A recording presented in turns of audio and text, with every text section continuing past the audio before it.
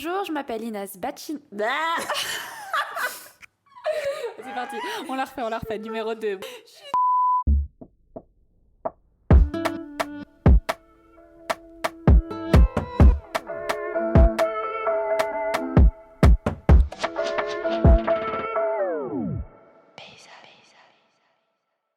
Bonjour, je m'appelle Inès Bacchino et aujourd'hui je suis en compagnie de Hajar Oudili. Salut. Et puis Emma Omer. Coucou.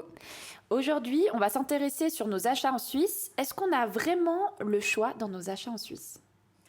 Alors, ce qui est intéressant en Suisse, c'est qu'on a vraiment cette culture de la Coop et de la Migros, qu'on appelle aussi les géants orange. Donc, en fait, à eux seuls, ces deux supermarchés représentent 80% du marché suisse de détail. Et en fait, on a ce truc d'identité de est-ce que tu vas à la Coop ou à la Migros, est-ce que tu vas plutôt chez papa ou chez maman. Et puis, il y a carrément des fights entre les gens de « Ah non, mais ça, à la Migros, c'est beaucoup mieux. Non, ça, c'est à la Coop, c'est beaucoup mieux. » Et c'est vraiment une particularité suisse. Vraiment, parce que dans les autres pays, par exemple, les Français qui viennent en Suisse, ils sont là, genre, mais vous avez quoi ? C'est quoi le délire avec la Coop et la Migros ? Genre, vraiment, et puis pareil, les Allemands, ils sont là, mais pourquoi tout le monde parle de Coop et Migros ? Genre, c'est quoi le problème ? C'est juste, on va là-bas pour manger, en fait. Et dans les autres pays, en fait, on va dans un supermarché au hasard, celui qui est le plus proche, alors qu'en Suisse, c'est très culturel de devoir faire un choix, en fait, entre ces deux.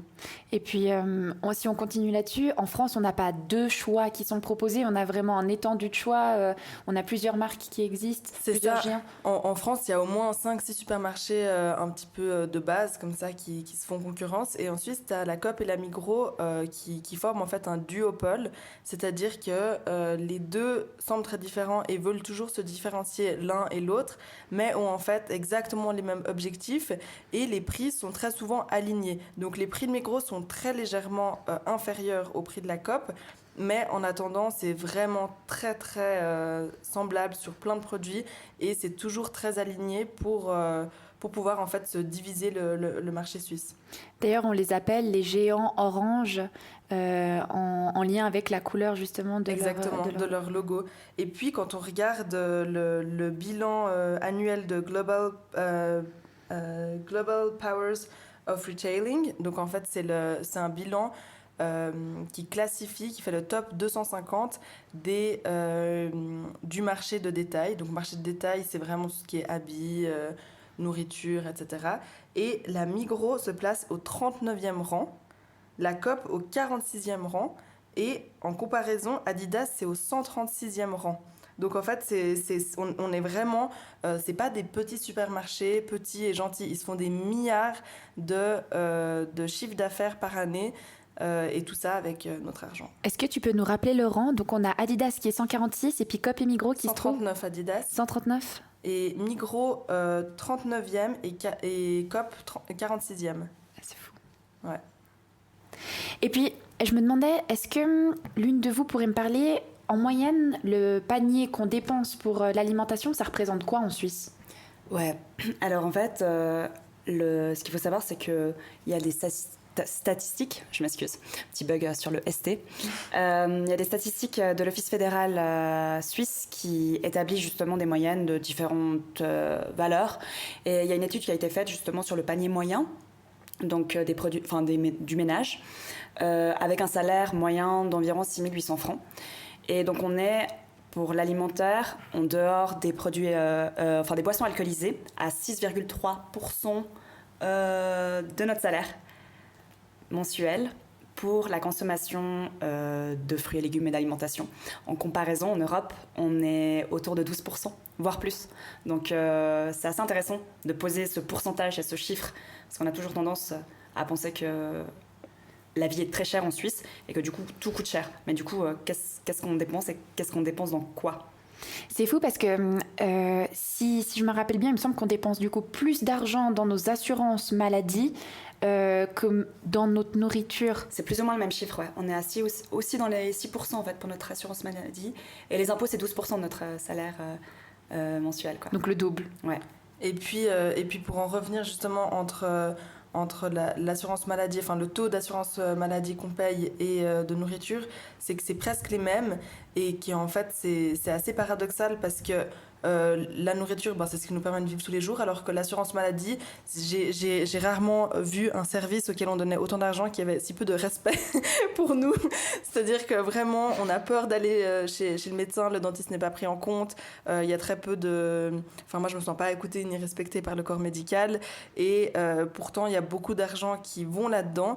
Et en fait, c'est aussi deux secteurs qui sont très en lien, l'alimentation et la santé. Donc, si peut-être on dépensait plus dans l'alimentation, on dépenserait moins dans la santé. Mais en attendant, dans l'alimentation et dans la santé, il y a des gens en fait qui sont beaucoup d'argent derrière. Auxquels on donne nos thunes. Et je trouve ce qui est intéressant aussi, c'est de regarder par rapport au loyer. Surtout, par exemple, comme dans des villes comme Genève ou Lausanne, les loyers, c'est à peu près un tiers du salaire. Donc, je parle vraiment des villes, c'est pas forcément pareil en campagne. Et un tiers du salaire, en fait, c'est énorme. Ça veut dire que dans ta semaine, tu travailles 1 jour et demi pour payer ton loyer. Ouais, si c'est pas plus suivant les cas. Si c'est pas plus suivant les cas. Pour payer, en fait, pour payer un appart dans lequel tu t'es pas parce que tu travailles pour le payer. Et donc 30% pour le loyer et 6% pour la nourriture. Donc on peut voir quand même que c'est... Enfin, moi, je trouve que c'est assez impressionnant et choquant de voir ces chiffres en face. C'est ça. Et si je peux revenir juste sur cette idée de chiffres aussi, c'est qu'il faut faire attention parce que c'est des moyennes. Donc j'ai bien précisé le salaire sur lequel ils se sont basés. Mais ce qu'il faut savoir, c'est qu'il y a beaucoup de gens qui vivent en dessous de cette moyenne, qui ont pas, et qui donc payent plus que ces 6% mensuels et qui, par conséquent, ne vont peut-être pas aller dans des endroits où c'est considéré comme cher, comme la Coop et la Migros, en fait, et dans d'autres magasins comme Denner, Aldi ou autres. Personnellement, petite, c'était plutôt Aldi et Denner que Migros et Coop, en tout cas pour les fruits et légumes et lait, parce que c'était beaucoup moins cher. Donc, et c'est intéressant de mettre en avant, parce que voilà, je pensais, Matt, tu peux peut-être aussi rebondir sur ça, sur cette idée de... Alors tout à fait, en fait c'est que la Coop et la Migros, ils nous offrent une expérience. Donc c'est-à-dire qu'on va là-bas et il y a vraiment tout qui est fait pour nous chouchouter, qu'on s'y sente bien, qu'on puisse poser les questions aux employés, qu'on puisse se sentir valorisé quand on y est, etc. Alors qu'en fait, dans les autres supermarchés moins chers, c'est vraiment, on voit les stocks qui sont apparents, il y a peut-être des aliments qui sont par terre, qui n'ont pas été nettoyés, il y a plus de queues aux caisses parce qu'il y a moins d'employés, etc., etc. Donc en fait, la Coop et la Migros nous vendent vraiment une expérience et c'est aussi une des raisons pour laquelle c'est plus cher là-bas. Je me rappelle, petite, on allait faire les courses aussi avec mes parents tout le temps en France. Et puis, on aurait pu me bander les yeux, m'amener dans un supermarché. Petite, j'aurais pu dire si je me trouvais en France ou en Suisse, parce que l'expérience était radicalement différente. Tout à fait, Comme tu dis, on est super chouchoutés à la Coop, à la Migros. Et puis en France, on va avoir les feuilles de salade qui traînent par terre. On aura moins de monde pour nous aider, pour nous conseiller, tout, etc. Donc, on sent vraiment qu'il y a une expérience qui est propre à Coop et puis Migros. Tout à fait. C'est fou, mais juste un petit exemple qui peut être assez drôle, c'est la caisse, en fait. Je sais pas, pour nos auditeurs, auditrices qui nous écoutent, mais c'est fou parce qu'à la Migros et à la Coop, je sais pas pour vous, mais les caisses, elles sont beaucoup plus grandes. On a le temps de ramasser le tapis, en fait, roule bien. On a le temps de prendre nos affaires, de les mettre dans notre sac, de dire au revoir à la caissière.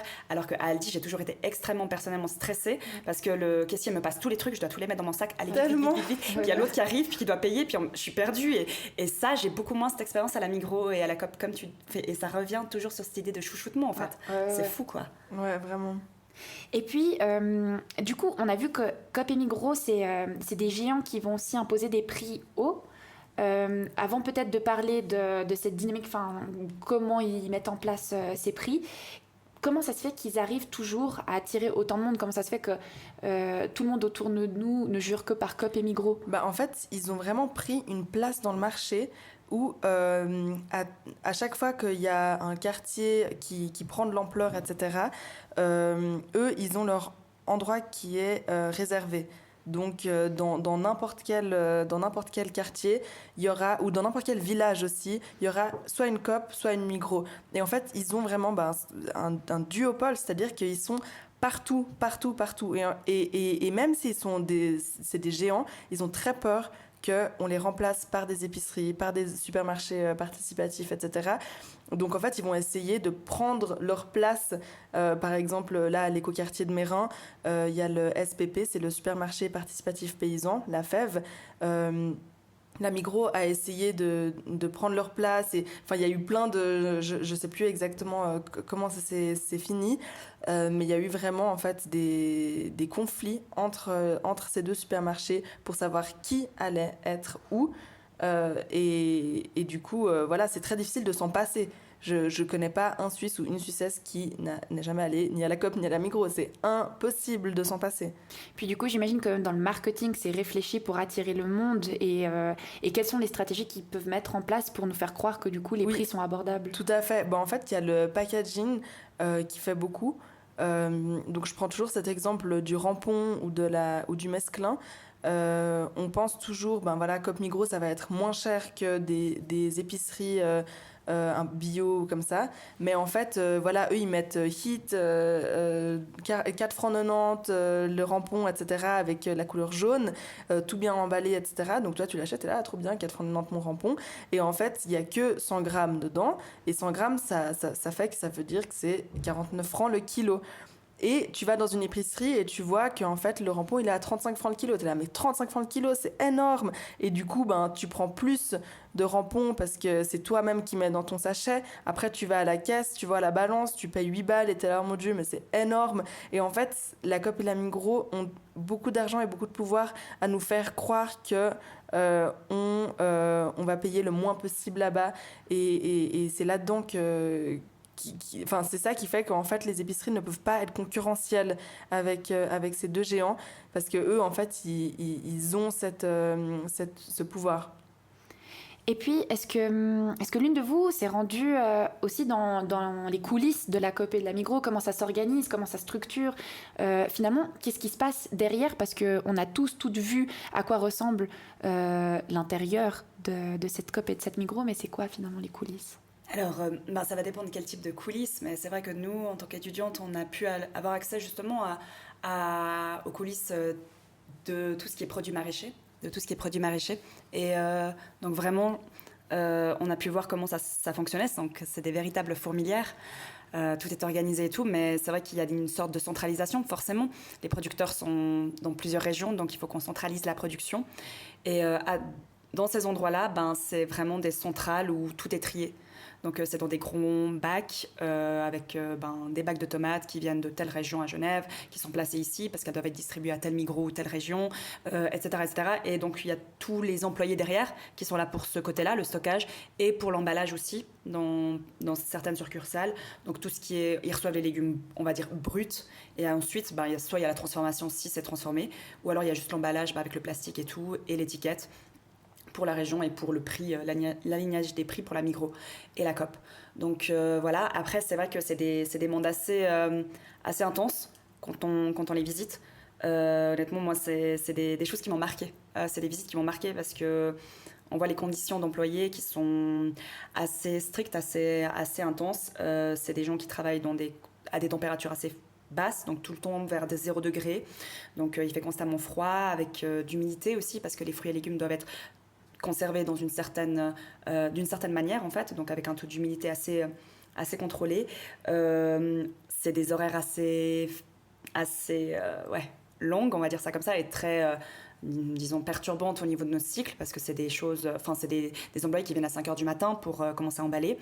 Et il y a une visite aussi qui m'a particulièrement assez marquée, c'était celle dans les dépôts centrales, donc pour tout ce qui est de la distribution. Donc les employés, en fait, ils parlent à des robots, donc il y a des casques où on leur demande, en fait, le robot leur ordonne d'aller chercher justement telle palette avec leur transpalette à tel endroit, telle zone, en donnant des chiffres. Et en fait, l'employé répond au robot avec un micro en lui disant qu'il l'a fait. Puis du coup, en fait, c'est une centrale générale qui gère les employés de cette manière, en fait. Mais donc, il répond en mode genre toi et moi comme on discute. Pas salut, ça va, mais c'est transpalette 256 emmené à zone 253. Enfin, je donne des exemples, mais voilà. Donc, et c'est assez fou parce que en fait, ça montre aussi la déconnexion de la réalité, du terre-à-terre de l'employé, de la relation aussi qu'il a avec les autres. Donc, ils interagissent jamais entre eux à part pendant leur petite pause ou ce genre de choses. Ouais, assez intense, quoi. Mais est-ce que finalement il existe des alternatives à Coop, à Migros en Suisse? Moi, je connais bien la région de Genève, mais on a tout ce qu'on appelle les ACP, c'est l'agriculture contractuelle de proximité. Donc, en fait, ça veut dire que tu passes un contrat avec le producteur ou la productrice. Donc, ça, c'est par exemple, vous avez peut-être déjà entendu parler des paniers. Donc, on a par exemple les jardins de Cocagne, les jardins de Max, jardins de Max, les potagers de Gaïa. Il y a aussi la ferme de la Touvière. Bon, là, c'est pas en panier, mais tout ça, en fait, c'est ce qu'on appelle de la vente directe. Et eux et elles offrent une alternative à la Coop et la Migros. Et puis, en fait, on a aussi toutes des épiceries qui sont du coup pas de la vente directe, mais j'ai parlé tout à l'heure de la Fève à Meyrin. Il y a aussi la ferme de Budé au Petit Saconnet. Et on a le Nid qui est à la Jonction. Donc, il y a plusieurs systèmes différents dans ces épiceries, mais ça va être des distributeurs qui vont être plus éthiques et plus respectueux. Les marges, elles vont être plus basses et plus transparentes aussi, parce qu'en fait, c'est ça qui est compliqué, c'est à la Coop et la Migros, leurs marges sont très opaques. Ils ne communiquent pas sur combien ils se font d'argent sur tel et tel produit, et ça, on sait de fait qu'ils font plus d'argent sur le bio. Les marges sont plus grandes et du coup si on achète du bio à la Coop ou à la Migros, on engraisse encore plus la Coop et la Migros sans que les producteurs productrices gagnent forcément plus d'argent. Donc ils se font plus d'argent sur les produits issus de l'agriculture biologique que finalement sur les produits classiques. Sur les produits conventionnels, exactement. Donc on peut prendre l'exemple du concombre. Les producteurs qu'on appelle bio-industriels, c'est-à-dire que c'est du bio sauf que c'est sous serre, c'est des hectares et des hectares, mais c'est quand même du bio suisse. Donc il va vendre 80 centimes son concombre à la Coop ou à la Migros, et la Coop et la Migros va le revendre environ 2,60 francs. Donc ça, c'est une marge qui est de plus de 300%, c'est-à-dire plus de 3 fois le prix de base. Et donc ça, c'est à une saison donnée. Enfin, ça varie aussi beaucoup selon les saisons, mais quand même, c'est assez énorme. Et puis, est-ce qu'à Lausanne, on a des alternatives qui existent ? Alors, on a quand même quelques ACP, le panier de roues. Déjà, et avec Emma on connaît aussi un petit groupe en fait qui s'est lancé, donc c'est tout récent, c'est la ferme du Goupil à Prilly, donc c'est vraiment tout récent. Pour l'instant ils n'ont pas encore lancé vraiment leur panier, mais on leur fait un peu de pub parce que je pense que ils ont commencé cette saison à cultiver, voilà. Et puis il y aura des paniers, donc, il y aura des paniers cet été dès cet été, et voilà, c'est des amis à nous en agronomie qui ont commencé ça. Exact. Je me dis que toutes les infos que vous avez données, on pourra aussi les noter. On les mettra, on les mettra. Bien sûr. Et du coup, autrement, il y a aussi pas mal d'épiceries. Ça, beaucoup plus à Lausanne, parce que ce qu'il faut savoir, c'est qu'à Lausanne, on a quand même beaucoup plus de distance avec les producteurs. Il faut s'éloigner, il faut souvent aller à Romanel ou autre, enfin Échalon, pour trouver en fait des agriculteurs qui font des paniers ou alors qui font de la vente directe. Donc il faut s'excentrer assez loin. Mais on a les systèmes d'épicerie comme chez Biomami ou d'autres. Et puis je pense que autrement, Google is a friend, donc on peut aussi aller chercher, Google, barre de recherche, on va plutôt dire ça comme ça pour rester un peu neutre, mais ouais, on peut aussi chercher sur internet, parce que ça aussi, les gens ils oublient qu'il faut, en fait ça demande juste un peu de temps, un peu plus de temps, un peu moins de temps sur Instagram, un peu plus de temps à écouter notre podcast, et puis du coup un peu plus de temps à se conscientiser et puis aller chercher sur internet, quoi. Mais je pense que l'idéal en fait ce serait de faire ses courses à différents endroits, c'est-à-dire que pour les œufs tu vas chez tel producteur ou productrice ou telle épicerie. Pour le lait, par exemple moi j'achète le lait de vache, donc le lait éthique, qui est un lait qui rémunère 1 franc par litre aux producteurs-productrices. Pour les légumes, par exemple, moi je vais à l'UMG, c'est l'Union maraîchère genevoise, qui vend les légumes et les fruits qui sont pas calibrés ou qui peuvent pas être vendus dans les grandes surfaces, et donc qui sont vendus beaucoup moins cher. Donc c'est vraiment en fait d'essayer d'acheter à plusieurs endroits. Alors certes, ça demande plus de temps, mais si vous êtes en famille ou en coloc, de s'organiser à plusieurs, c'est pas si compliqué, et vraiment c'est intéressant au niveau économique et aussi au niveau éthique. On peut relier les deux. Mais c'est ça qui est intéressant, c'est que finalement, même économiquement, on y est peut-être gagnant-gagnant. Complètement, ouais, complètement. On est gagnant, mais en fait, on est plus que gagnant juste économiquement. Il faut qu'on arrête avec cette idée de juste économie, parce qu'en fait, de rencontrer aussi les producteurs, c'est un apport tellement important. Enfin, on rencontre les gens qui nous nourrissent. Donc, tu vas voir aussi, je tutoie parce que je parle aux auditeurs, auditrices, mais tu vas voir en fait comment ils fonctionnent, comment ça fonctionne en fait une ferme, à quoi ça ressemble, et tout ce qu'il y a derrière en fait. Et ça crée une attache et une relation qu'on a un peu perdue. Tellement. Et ce ton-là, en fait, il n'est pas perdu. Mais c'est bien que tu tutoies, j'ai l'impression que tu t'adresses aussi à moi, et moi, c'est quelque chose que j'ai pas du tout, que j'aimerais mettre en place aussi, donc c'est super chouette. Et je me dis que c'est aussi un temps à prendre, que pour l'instant, moi, j'ai le privilège vraiment d'être entourée de 2 méga spécialistes, donc c'est chouette, et de pouvoir vraiment se lancer aussi dans ce changement-là. Ouais. Mais je pense aussi que la relation aux producteurs-productrices peuvent nous faire changer de point de vue sur qu'est-ce qu'on achète en fait. Où est-ce qu'on donne notre argent? Parce que on se rend compte aussi qu'on est vraiment matrixé, entre guillemets, en disant j'achète un poids, enfin disons j'achète tant de pommes de terre, ça me coûte tant d'argent. Mais en fait, il y a aussi plein de personnes qui réfléchissent à comment consommer des modes de consommation qui sont beaucoup plus global, beaucoup plus holistique, où en fait c'est vraiment, on achète aussi le savoir-faire du paysan, on achète l'expérience, on achète plein de choses qui sont vraiment au-delà de juste ce qui a été produit. Donc par exemple la FEV a mis en place un système pour les œufs où en fait on peut parrainer ou marrainer une poule qu'on a à l'année, et la poule c'est une poule qui va donner des œufs de manière irrégulière parce que c'est une poule qui n'est pas industrielle, c'est une poule suisse où on pouvait valoriser la viande une fois qu'elle est vieille, et on ne sait pas combien elle va nous donner d'œufs, mais on a acheté la poule et tous les œufs qu'elle va donner on les prendra. Donc en fait on valorise le paysan qui élève ses poules, mais sans savoir combien d'œufs on reçoit. Et ça, je trouve super intéressant parce que ça remet tout en perspective. Qu'est-ce qu'on achète? Est-ce qu'on ne pourrait pas acheter plutôt un petit bout de parcelle et on ne sait pas combien on reçoit, plutôt que d'acheter tant de kilos, ça nous fait tant de francs? C'est super intéressant. Puis finalement, il n'y aurait pas la pression aussi du rendement pour les paysans et les paysannes derrière ça. Parce qu'en fait, la pression du rendement, ça pousse les paysans-paysannes à acheter des variétés ou des races qui sont industrielles et donc qui sont beaucoup moins ancrées dans l'environnement, tout simplement, qui n'ont pas été sélectionnés naturellement avec l'environnement, mais qui ont été sélectionnés de manière très rapide avec l'humain, quoi. Mais c'est ouf comme idée parce qu'on pourrait se dire par exemple tel appart là où on grandit avec nos voisins voisines, ok, nous on a acheté telle parcelle de terrain et puis on reçoit nos fruits et légumes de saison ensemble et tout, enfin si on pousse l'idée c'est ce serait trop bien. Ouais, t'achètes un bout de parcelle et tu payes quelqu'un pour s'en occuper et c'est toi qui as les bénéfices de ça. Ce serait incroyable. Moi, ça me tenait à cœur aussi, et je pense que ça vous tient aussi à cœur de rappeler que on veut culpabiliser personne, qu'on se rend compte aussi qu'il faut certains privilèges peut-être pour faire son chemin en son temps, et puis de se rendre compte que certaines ont des endroits où vont faire leurs courses, puis de se rappeler que c'est peut-être aussi classiste à certains moments. Bien sûr, ouais, non, mais c'est sûr que... En fait, j'essaye de réfléchir à comment le dire. Ça fait le chemin dans ma tête, je réfléchis à haute voix. En fait, c'est juste le fait qu'on est vraiment dans cette idée que là, on parle, on conscientise.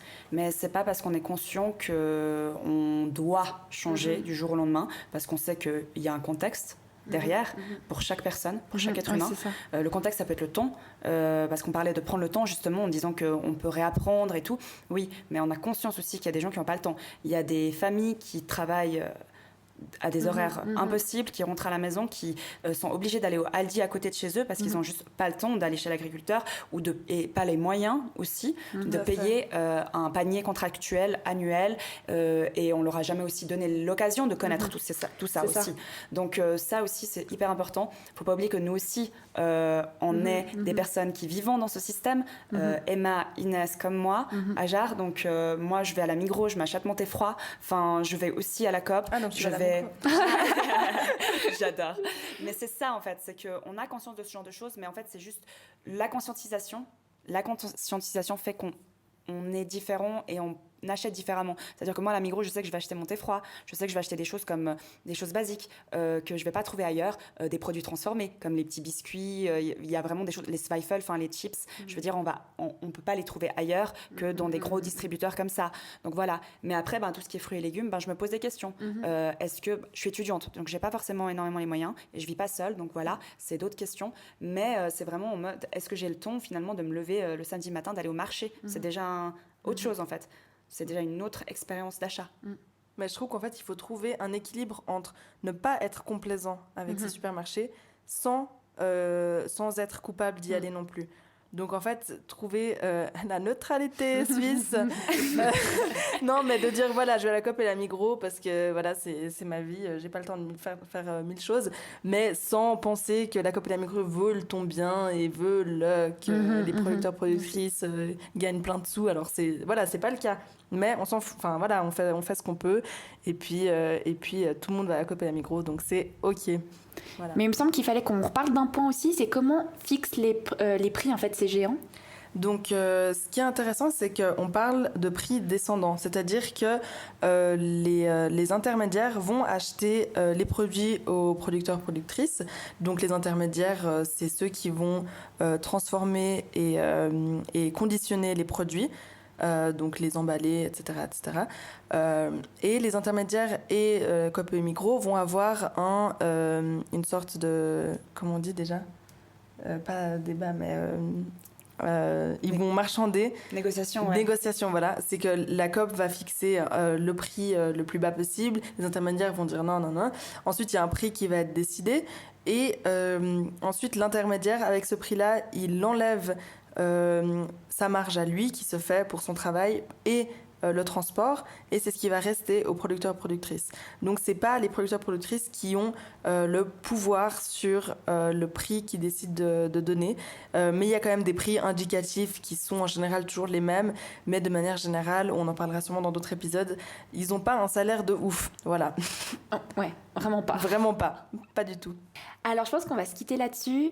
Chère auditorice, je te laisse t'imaginer tes prochaines courses. Je te laisse te promener dans les allées et puis conscientiser ce que tu auras la force de conscientiser. Et puis, nous, on va partir parce qu'on va manger et qu'on a très faim. En tout cas, j'ai très faim. Pareil. Au revoir tout le monde. C'était les paysannes. Au revoir.